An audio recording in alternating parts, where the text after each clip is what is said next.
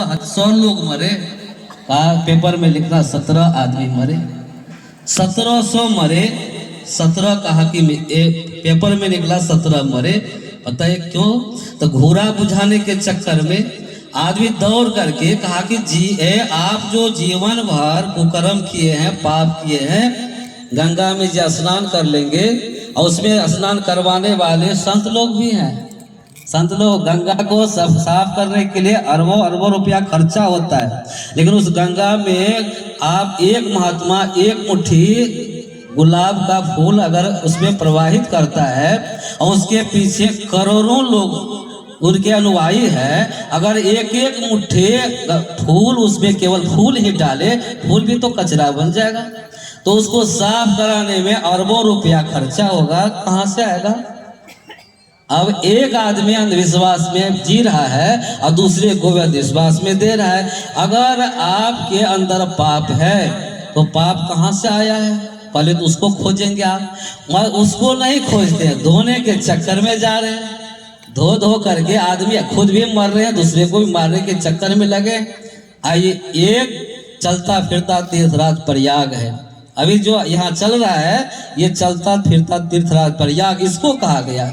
यहाँ पर आप भीड़ नहीं, आप कहते हैं आप ध्यान पूर्वक सुनेंगे। संत सम्राट सदगुरु कबीर साहब गुरु जा करके गली गली में खंजरी बजा करके आदमी के जीवन को कृत किया है।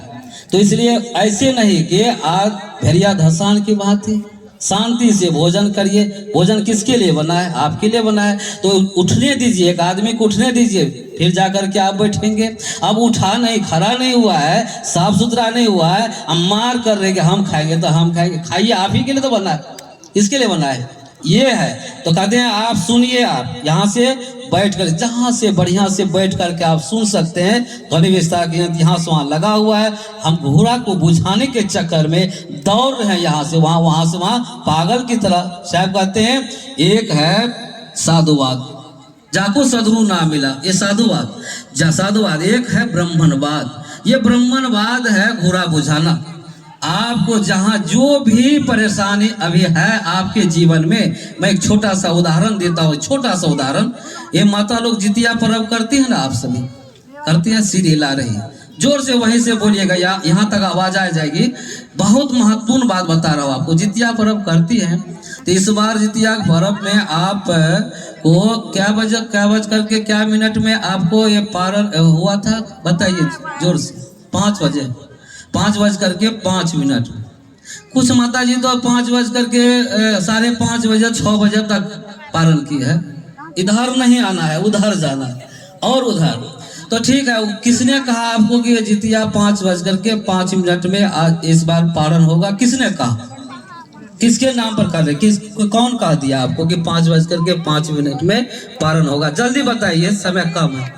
पंडित जी। पंडित जी, तो चलिए, पंडित जी ने कहा, हम कहते हैं ठीक है। पंडित जी ने आपको कहा कि 5:05 पर जितिया पारण होगा इस बार।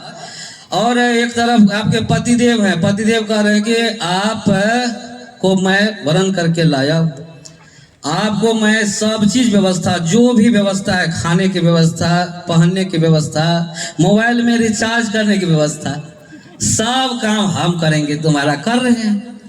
तुम मेरी पत्नी है, अर्धांगिनी है, मैं तुमको खूब मानता हूँ, मानता रहूंगा, लेकिन एक बात मेरी मान लो।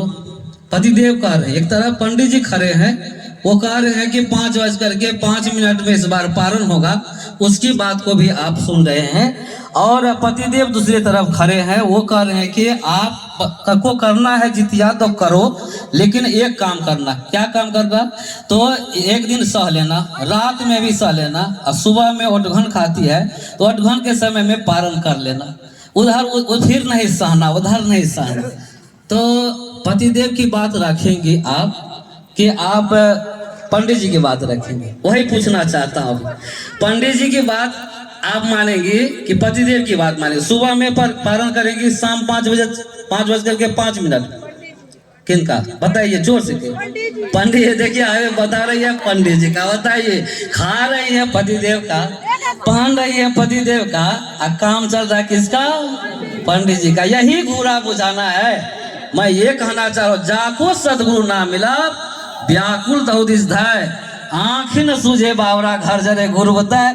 आप घोड़ा के बुझाने के चक्कर में लगे हैं समाज के लोग। देख लीजिए अभी पता चल गया ना कि कौन हमारा देश को का उद्धार नहीं कर रहा है, देश का कल्याण नहीं कर रहा है, देश को बर्बाद कर रहा है। ये माता लोग चलनी में मुंह देखती है। पति है तो चलनी में मुंह काहे देखती है? डायरेक्ट देखिए, पति देव है तो चलनी में मुंह देखने का क्या राज है? उसमें 5000 अगर साड़ी नहीं आई, ये भी है घुर बुझाना, ये घुर बुझाना। बढ़िया साड़ी नहीं आई तो उसके लिए भी मुंह खुला खुली है, उसने चलने में मुंह खाक देखेगी। उधर देखने के चक्कर में उधर उसका सामान